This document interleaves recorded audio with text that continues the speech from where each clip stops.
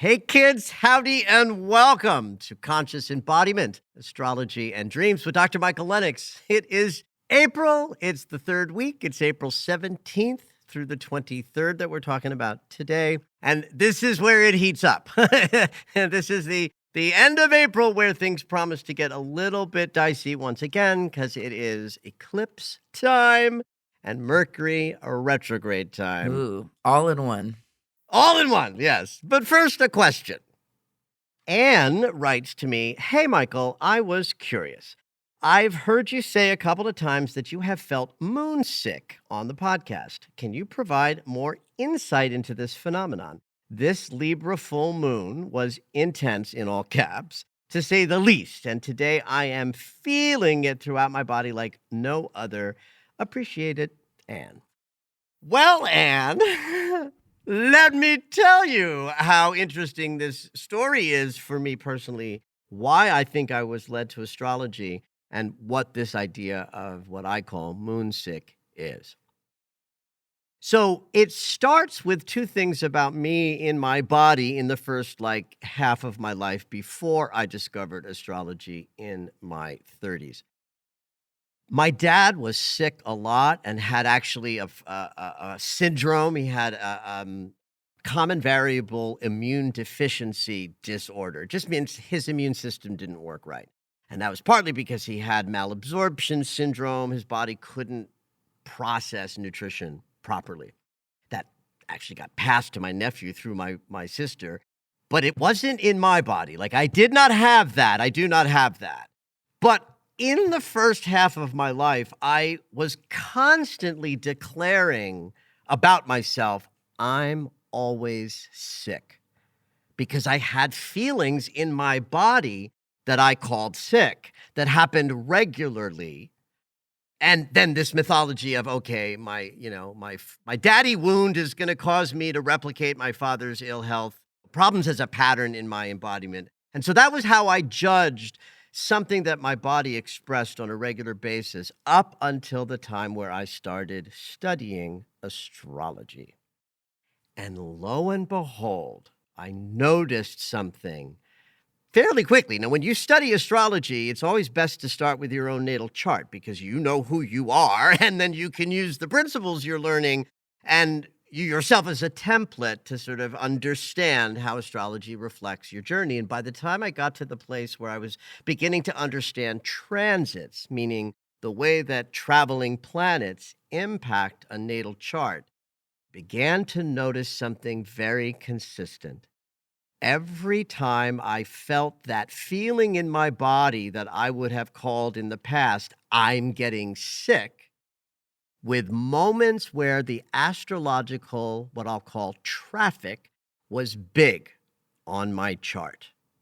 And then I would notice that I would feel better when those waves of energy measured by the transiting planets stopped or went away or passed.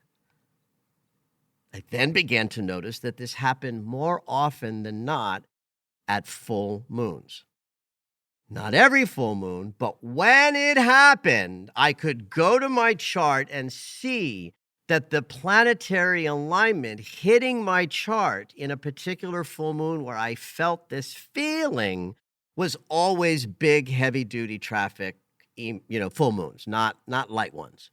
For example, Anne had a rough time in the Libra full moon. I was dancing during the Libra full moon, but the Virgo full moon kicked my fucking ass for 2 days.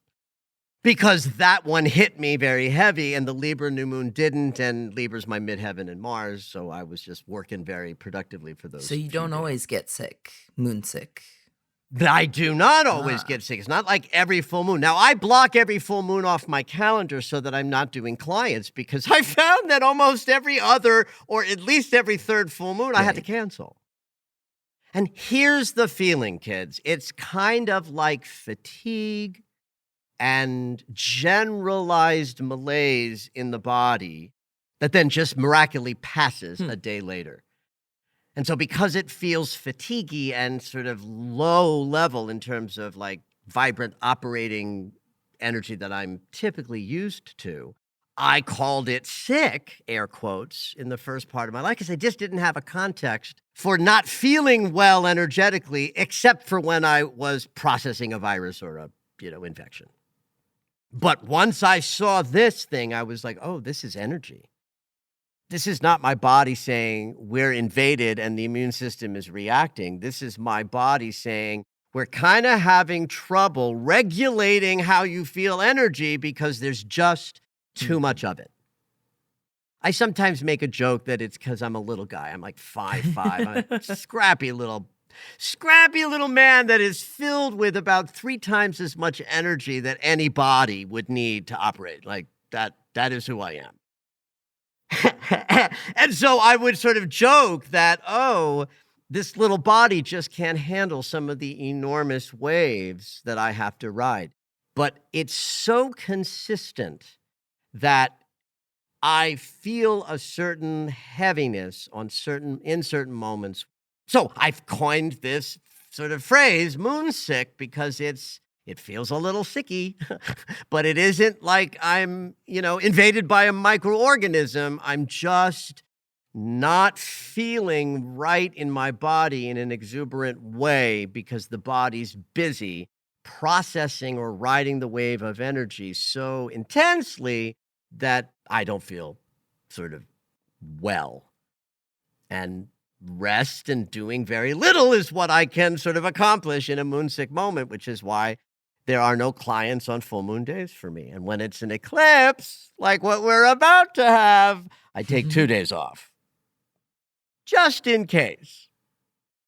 Anyway, I hope that's helpful to you, Anne, and to anybody else who's listening who has an experience of energetic waves that is inexplicable. That's why I became an astrologer, because we measure those waves of energy through the moving planets and the angles that are being set up. And then certain moments are not a mystery.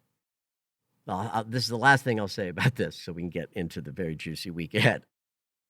Trines, 120-degree angles, are often thought of as good angles. Good things happen in trines. Well, I don't say that anymore because that's nonsense. Good things happen when good things happen, and things we would call bad happen when those things happen. What a trine means is the flow of energy between 2 moving bodies is at its fullest. And when you think about that through the lens of what I just talked about with regard to the body's need to process energy moving through us, when that energy is on full tilt, then the body sometimes gets overwhelmed. And if I see big trines hitting my chart, there's no guarantee that something good and yummy is going to happen. I might feel a little moonsick just because of the flow of energy being amped up.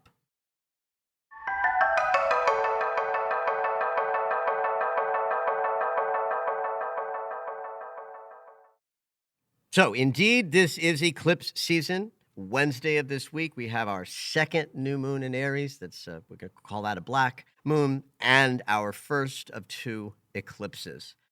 So before I go into the specifics of where this eclipse is taking place in the cosmos, let's just talk a little bit about eclipses for a moment. Back in the day, meaning centuries ago, eclipses were thought of as portents of doom. So imagine this. You're an astrologer in a sort of noble European, castle, and an eclipse happens, and you're like, uh-oh, something bad's going to happen. And 2 or 3 years later, which in the olden days was like forever, that castle got invaded by the hordes, and there would be an association between, the bad omen that the eclipse portended, then it happens. It's like, whoops, you see, the eclipse told us this was going to happen. Well, that's nonsense. That's just superstitious minds on, amplified. And what we know today in a modern world is bad shit happens all the time. And eclipses are known about by everybody on the planet every time they happen, where certainly an astrologer would have understood 500 years ago that eclipses happen all the time. But what we understand today is we have an understanding of eclipses as specifically visible here or there. which is not a thing. Do you know what I mean? Like if the eclipse is, visibly exact in South America, doesn't mean that we're not getting eclipsed in Europe. Mm-hmm. Like some people say, well, where can we see this eclipse, Michael? I'm like, I'm not an astronomer. I'm an astrologer. I don't know where it's going to be.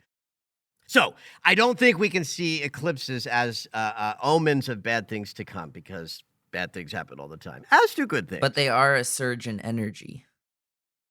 Well, yes, not only they are a surge in energy, but they do have transformative qualities as a result of the beam of light being broken.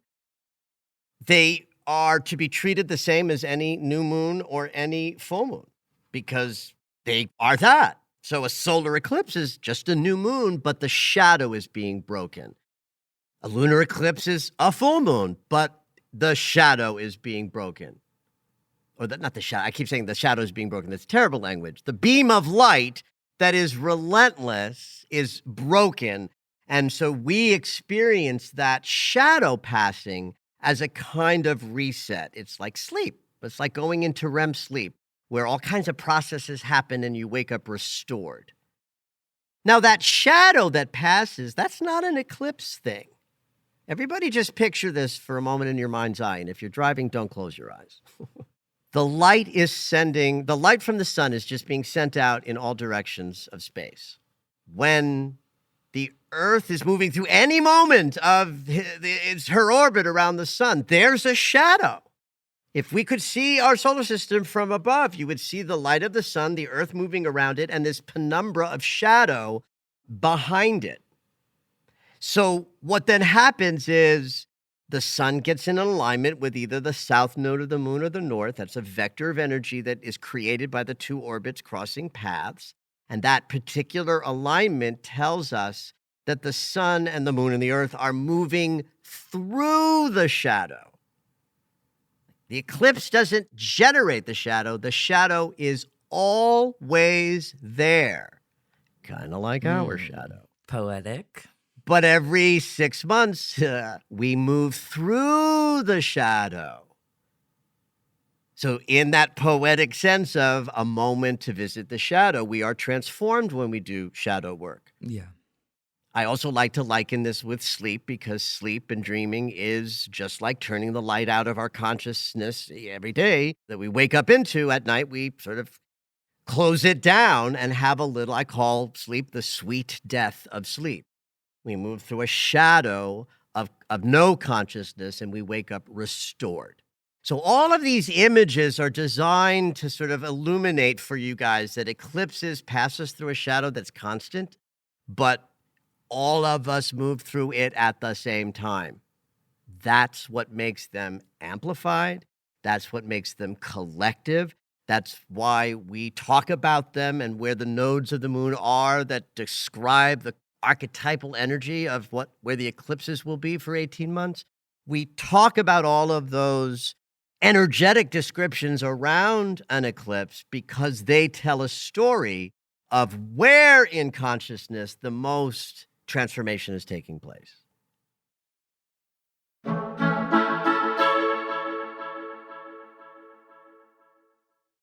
All eclipses tell a 19-year story. It's called the Saros cycle. This has to do with the notion that every eclipse generates this sort of 19-year cycle, which is exactly how long it takes the nodes of the moon to move through the entire zodiac. Each eclipse season can be thought of as like a new moon moment that initiates some trajectory in our lives. And then roughly 4.5 years later, an eclipse season will act just like a first quarter moon and show a crisis to whatever was intended in that first eclipse.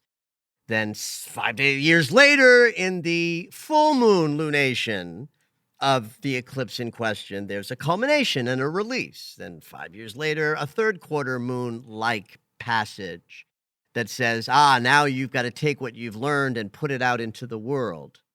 And then it completes itself with another new moon 5 years later. Not new moon sensibility in eclipses. So I had an eclipse 22 years ago that transformed my embodiment with a crazy download of energetic Kundalini awakening, memoir worthy spiritual opening. And it happened when the nodes were where they are now, Scorpio and Taurus. But the last time, which was 19 years ago from this eclipse season, well, I marked that eclipse as the beginning of the second half of my life because it downloaded things into my instrument that I had to grapple with and learn. And it took me about 5 years to do the first piece of it. Then 10 years later, the culmination eclipse had me sort of sailing in my breath work and how I embody now that I've had this download. And then 5 years later was about 6 years ago when my business started to explode out into the world. And the demand was to, now that you have this instrument sort of lined up and ready to serve, now you got to put the wisdom out there. And then this eclipse season, both last year and the first half of this year, was like the end of one of the most profound cycles of my personal life as it related to something that happened in an eclipse. I was gonna ask you now, are you looking forward to this eclipse, or are you expecting something because it's a repeat of the positions?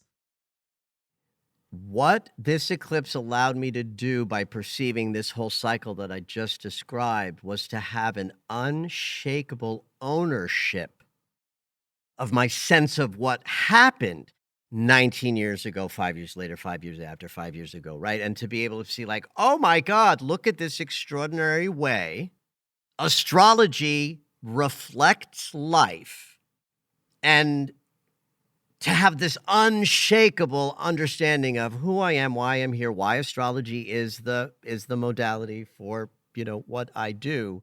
And so I was able to use this last year and a half as a kind of existential moment of reckoning of, oh my God, I am doing what I came here to do. And this cycle that I've been through over the last 19 years was a little torturous, but it lifted my life up to put me in this place where I'm in now, which is I know who I am, I know how I serve, and I'm serving. Now, here's the problem with that. I'm giving you one example of a major eclipse that hit my life, and where you might hear this story and be like, what can I learn about me and my eclipses? That every mother effing eclipse creates this 19-year cycle. Okay. Every eclipse. And now just imagine that if there's an eclipse every 6 months, there are these 19-year cycles that get initiated every 6 months. And that's how complex and deep the Saros cycle is. So I'll teach about it and I'll talk about it, but I don't recommend you necessarily go down the rabbit hole of it. I think I share the story more to help everybody listening approach every eclipse season creates this. So you want to come back in. So you want to use this, what I'm sharing with you, to inspire you to approach every eclipse season with that level of heightened importance. So if you set an intention with every new moon, do it, on crack in this new moon that's coming up. Don't miss an opportunity to ritualize a full moon eclipse. Be aware of, to the extent that you know your natal chart, of where your Aries house is, because this eclipse is in, Aries. So that you can focus your ritualized intention setting in an area of consciousness that's more receptive to receiving it, because you're working more specifically with your natal chart.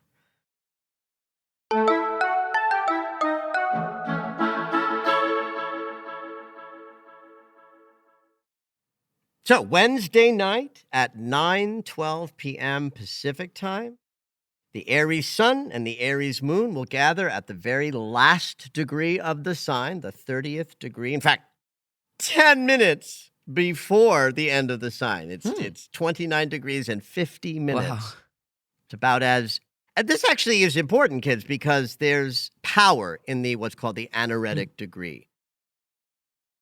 2 ways this new moon, and well, 3 ways this new moon is extra powerful. And one is that it's the second new moon in a row in the same sign. We call that a black moon. Second reason is because it's at the very last degree, and the anaretic degree has extra sort of power in it. I'd like to say that if there's wisdom in each degree, the 30th degree holds all of the wisdom of the degrees that led up to it.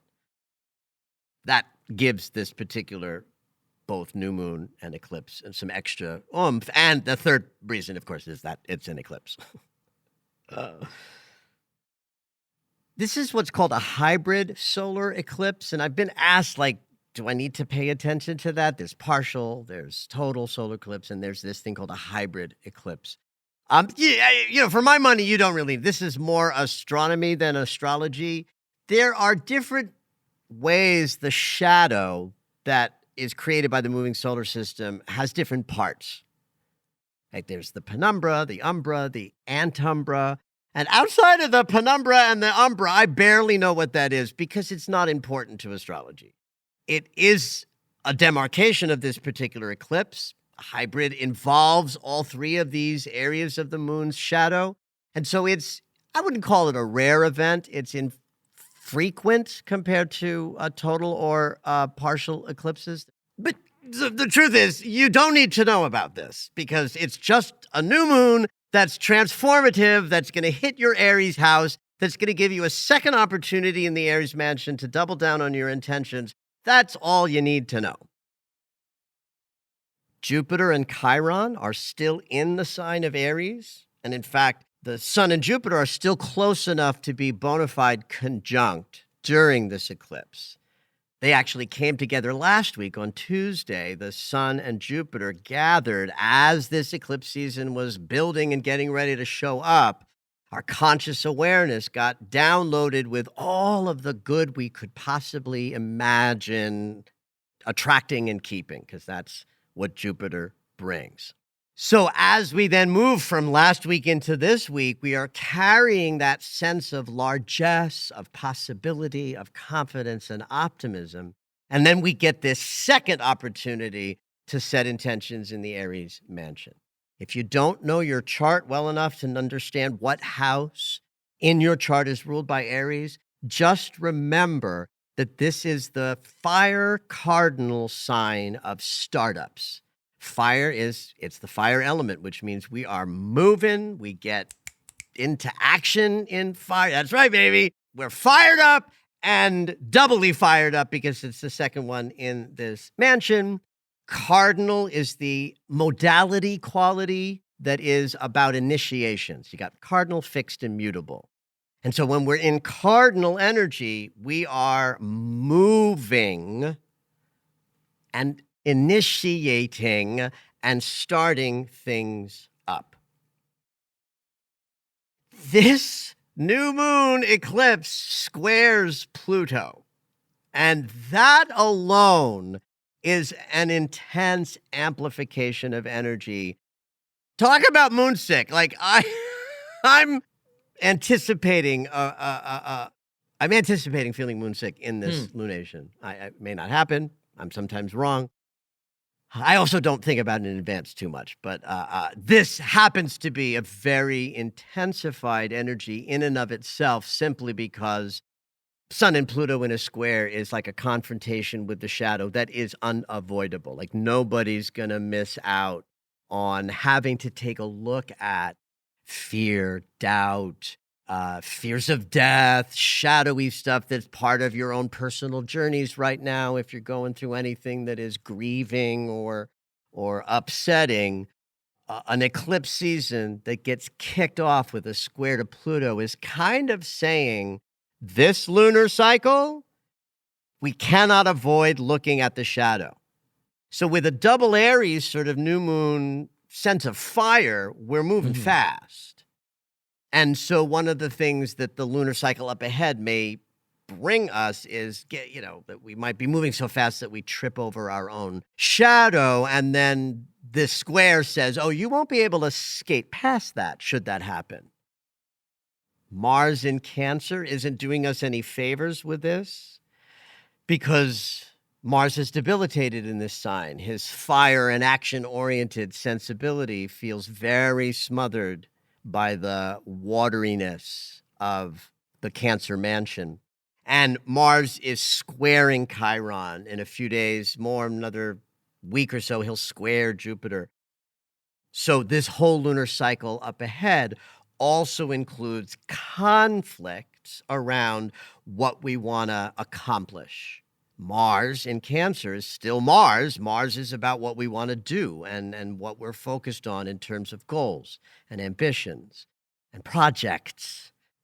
So if Mars, the planet of goals and ambitions and making things happen, is in a conflict geometry with Chiron and then Jupiter, part of this new moon and the lunar cycle ahead is going to be a demand to look at wounds that are still in the healing process, and that might be dicey because Mars in Cancer squaring Chiron sort of says, I've been holding back this pain I feel, and now it's all coming exploding out, and conflicts will turn into processes because Mars is squaring Chiron. And then while this square from Mars to Jupiter isn't exact for about another week or so, it's part of the eclipse season wormhole to have us a little bit at odds with projects and goals and ambitions. Like Jupiter holds the idea that we can have anything we desire if it's within our capacity. But Mars in Cancer in a square and conflict energy with Jupiter is going to bump us directly up into our limitations. And if those are self-imposed limitations, now you're in shadow work. Right. I mean, if the limitation is the bridge is out, then you can't cross the bridge. But if your limitation is, oh my God, I'm so worried that when I get there, the bridge is out, I better not go.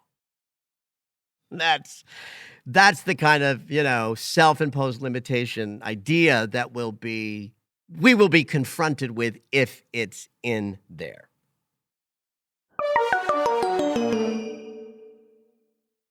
The next 2 weeks between this new moon and the full moon that's also an eclipse in 2 weeks, we call this the wormhole. Wormhole is just a term from quantum physics that describes the theoretical idea that a particle in space could move to the other side of the universe by moving through a kind of folding over and a rip and tear in the fabric of space-time. This idea that it's possible for something to move very far, very fast by consciousness folding in on itself. So that idea exists in this lunar cycle up ahead. We grow with every lunar cycle. That's why I encourage us to all pay attention to it and dial in to do what the solar system is doing, because it's a direct reflection of our evolution to follow when the sun and the moon come together and when they oppose each other. The idea of a wormhole just says that trajectory and acceleration is much, much, much faster during the space between eclipses. I think by knowing that in advance, or even just contextualizing the bumpiness that we're about to go through this idea, is nothing else. It's a much better way to meet bumpy energy. It's like, well, what can I make out of this? Because I must. Understand that right after this eclipse, the next day, the sun is going to move into the Taurus mansion, and that square between the sun and Pluto will be exact. So the eclipse is Wednesday, but in some ways, Thursday is just as important to sort of be in the mindfulness of how to approach setting powerful intentions to move forward while also knowing we might be bumping up against our delays or limitations or problems. Thursday's energy brings more of an emphasis on the shadow confrontations than Wednesday does. This is a tiny little distinction that I offer to anybody who's like looking day to day. And certainly you'll see this reflected in my Red Robe Astrology videos and my daily astro alerts, because I will be talking about the eclipse and then I'll be re-talking about it the next day, emphasizing the square between the now Taurus sun and Pluto in Scorpio.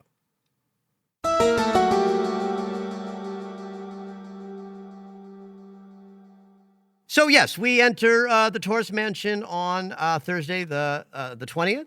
Outside of that square from Pluto to watch out the sort of last half of the week being a little more conflictual than the earlier part of the month. We now are in the mansion where we're in consideration of a little slower pace, a little bit more driven by love. Venus rules this mansion. Taurus is the mansion that literally invented the earth, right? In the void of Pisces, Aries dives in and says, I am. And that's great. We're here. But it's Taurus that comes along and says, well, where are we? I got it. We're here on Earth. In fact, I would say the age of Taurus, which is 6,000 years ago, was the age of us in devotion to the Earth and the moon and the sun as a foundation of how we connect to the divine. And that's because Taurus invented Gaia. So we move through a mansion of grounded, heartfelt, loving, sensual-driven desire for a life that is supportive, sustaining, and lights up our hearts. I hope you've been paying attention to communication for the last couple of weeks, kids, because it's going to count when Mercury goes retrograde on the 21st. I thought we just had like a Mercury retrograde. I feel like a different one just happened like in the last couple months.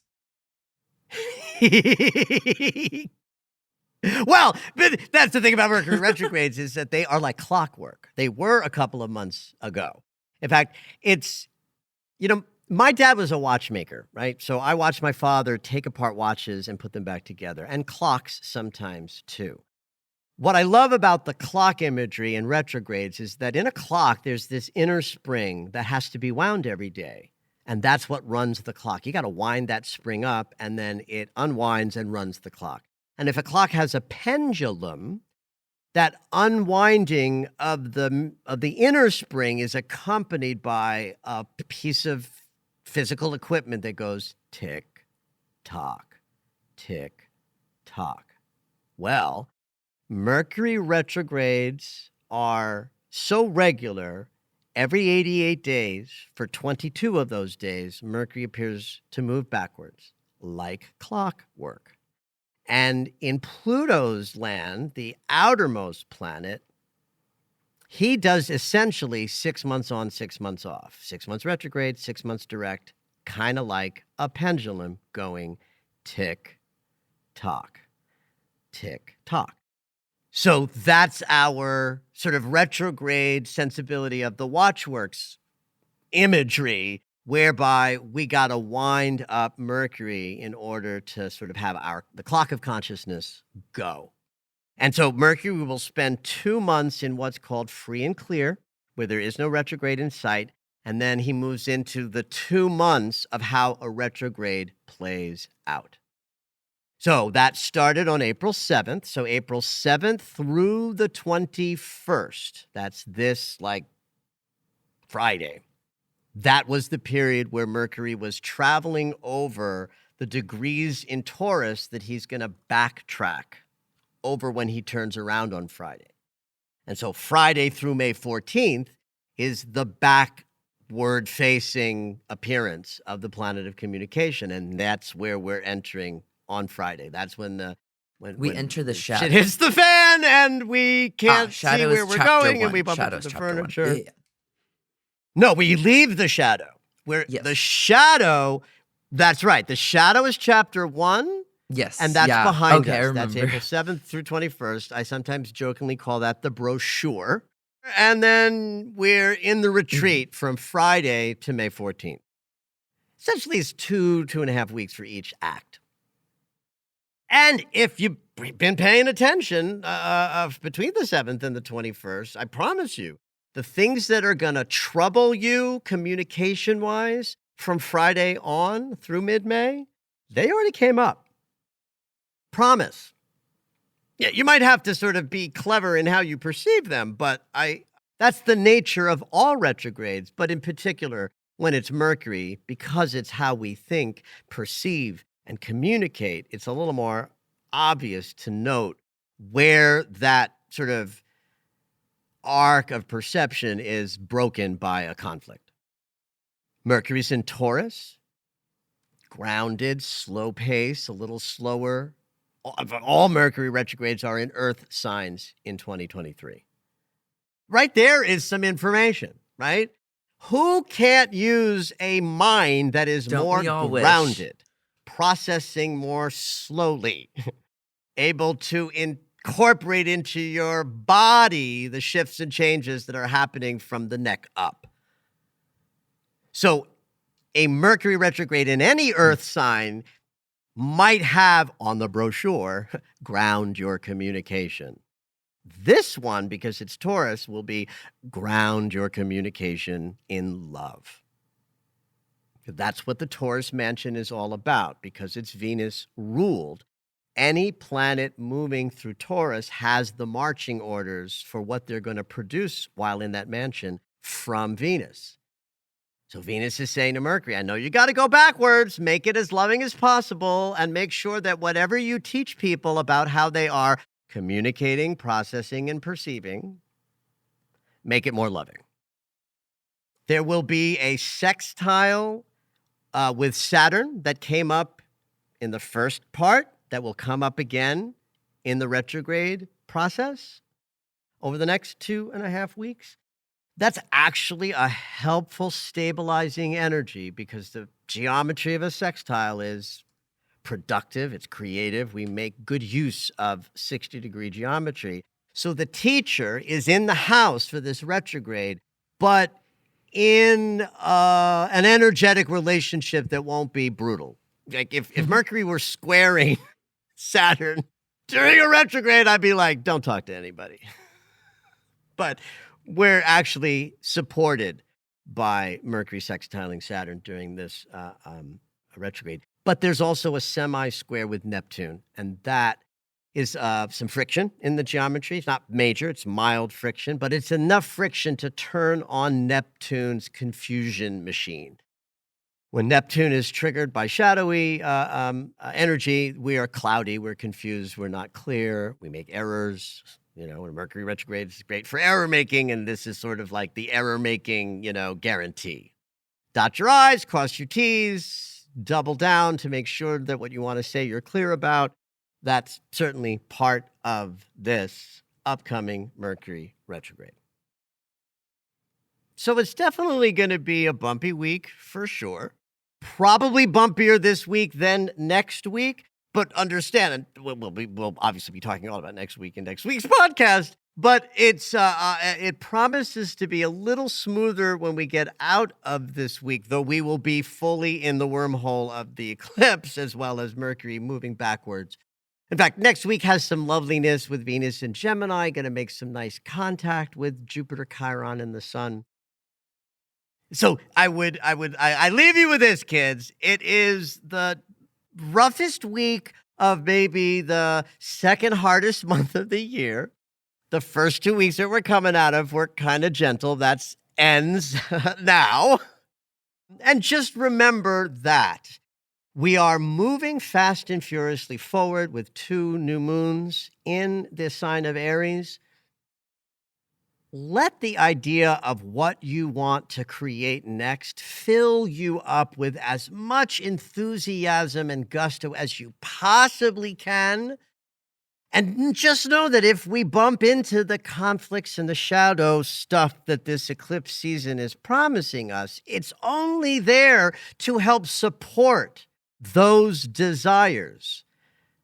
So deepen the desires, light them on fire with an Aries sensibility. Trust that you have the resilience to face anything that the solar system says to you. You got to face this before you get that, and do so and have at it. Did you know that Michael has a daily astro alert? If you enjoy hearing the weekly astrology, you might like knowing more about each day. When you subscribe for the daily astro alerts, you'll get an in-depth explanation of the day's astrology sent right to your email. Subscriptions are only $10 a month, or you can purchase the yearly subscription at the reduced price of $100. To subscribe, head over to michaellennox.com.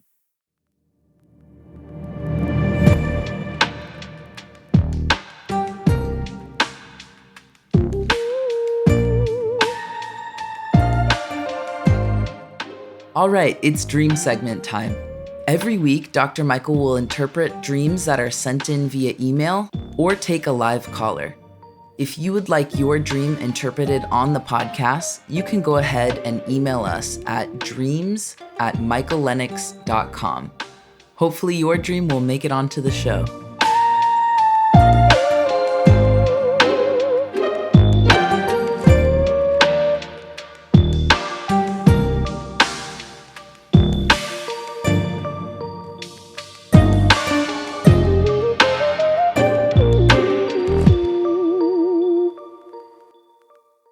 This week we have an email and dream, and I am so ready to hear what the Ooh. symbolism of barf is. Ooh. Well, first of all, I love when you get excited about a dream, so. Yeah. Okay, Catherine says, "Hi, Michael.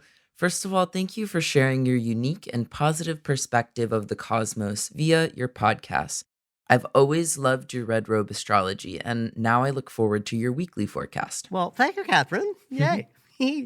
I had a very vivid dream the other night. I have many strange ones, but this one stuck out the most. Maybe it was the new moon. So this was around a new moon. Okay, got it. It involved vomit, and I started to research the interpretation online. Everything seemed to say things like beware or get ready for something terrible to happen, Angry. or you'll be betrayed by someone close to you. I don't know if this is the case, but I love your interpretation. Oh my God. Okay, I'll give you the dream. You know what? It's dad joke pun. That just makes me want to throw up. Yeah, no. Wrong, no. We'll get into it. Let's hear the dream. Okay, let's see this. I was walking into a casual sports bar or restaurant, and all of a sudden, the man at the door started throwing up liquid. Next thing I know, everyone around the bar is doing the same. I was shocked, scared, and disgusted. So I walked towards the elevator to head to the upstairs part of the bar. I was in the small elevator with 3 other people, and a young man got a look on his face that he was going to throw up. I remember feeling so bad for him because he was trying to hold it in. We let him out first so he could throw up. The same clear liquid. I then warned everyone upstairs that everyone downstairs was throwing up, and soon most people upstairs began throwing up too. I never got sick in my dream.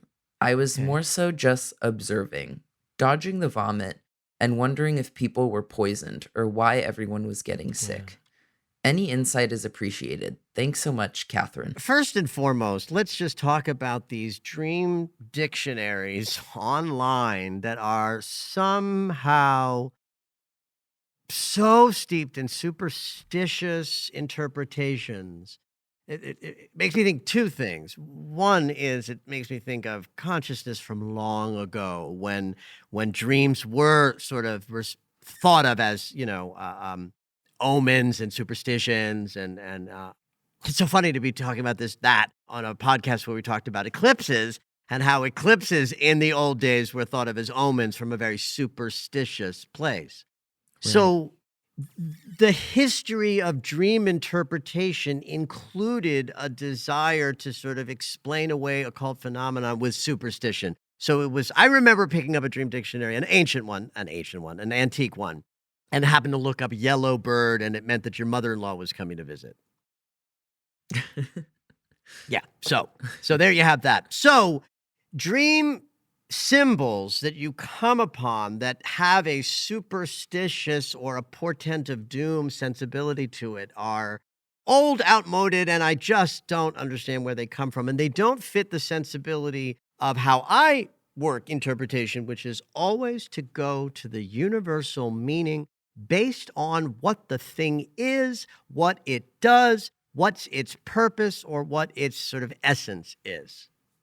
So with throwing up, we have to go with the protection to the body that the vomit mechanism is. That anything that is being excised from the body is being put out because it's not safe to be in the body.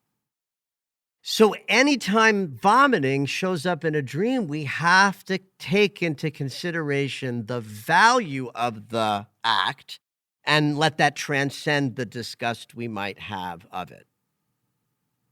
In life, if you walked into a bar and everybody started throwing up, that would be pretty disgusting and awful.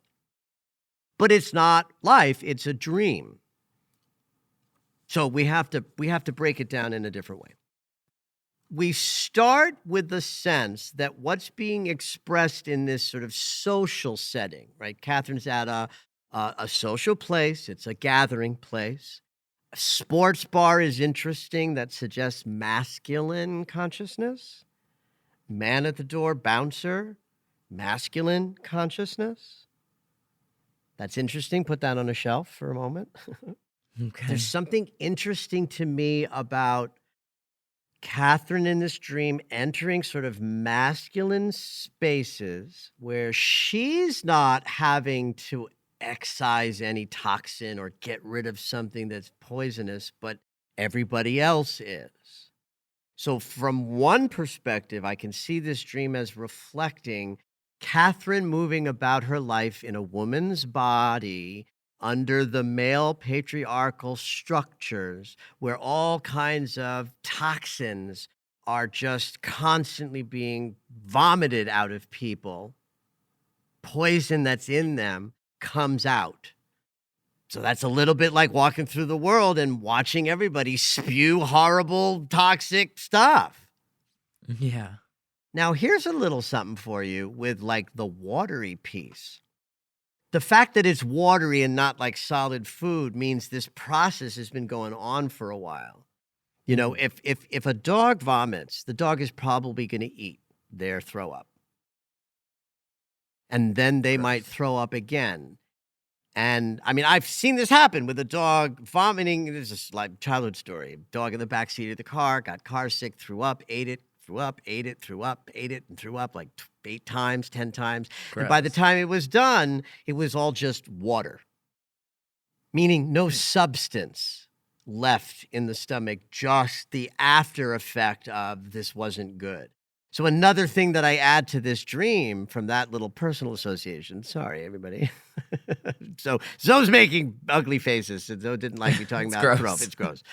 But understand the point I'm trying to make is that nothing of substance is being vomited. It's just the same old stuff, same old stuff. It's vomit so much that it's just clear liquid.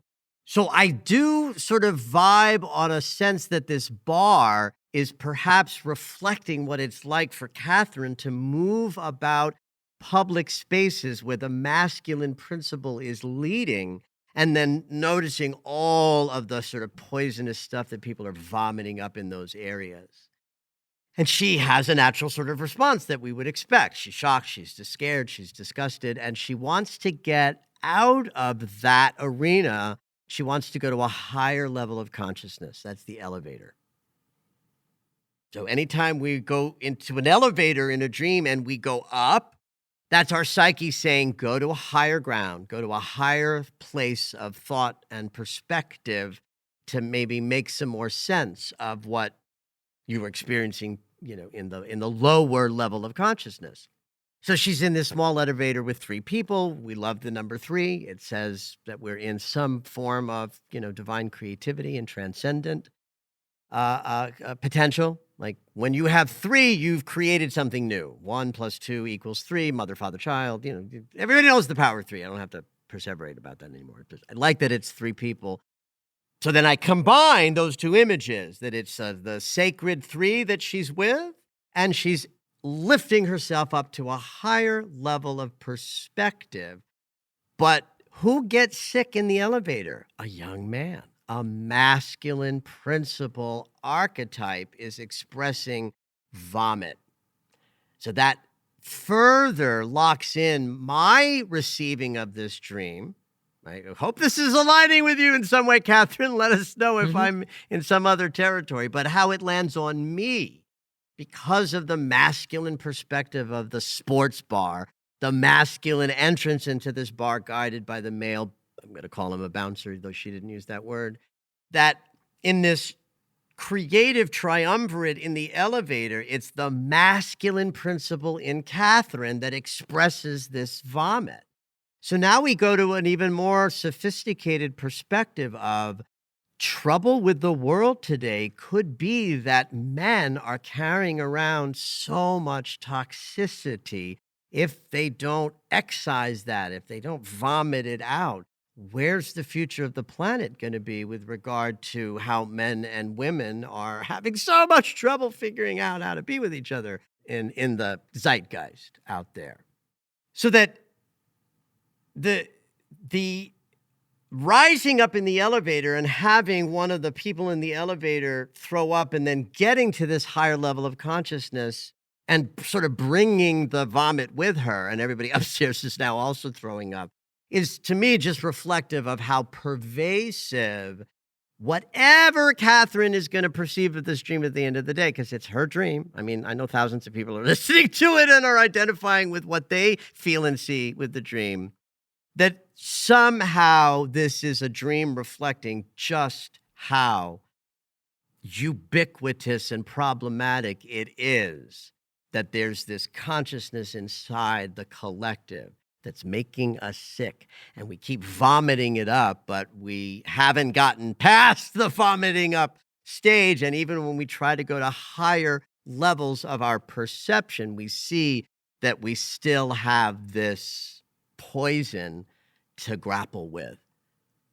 So then I'm going to return back to the affirmative sense of throw up in a dream that then lets us say this dream isn't a bad news dream.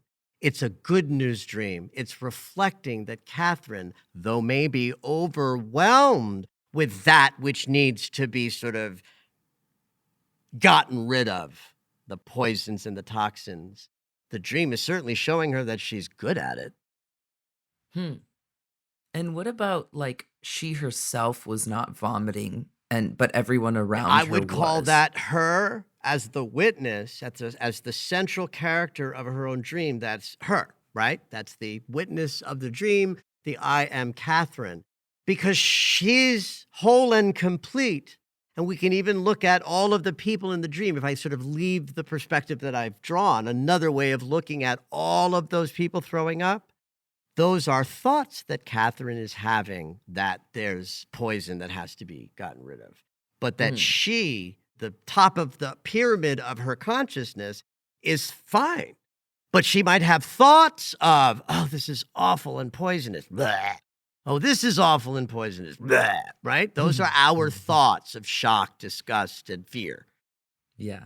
About the state of the world as well, right? So that's a more personal interpretation where we see all of those people in the dream throwing up as aspects of Catherine, but we could also look at them as aspects of the world that Catherine is moving through, reflected by the sports bar in this dream.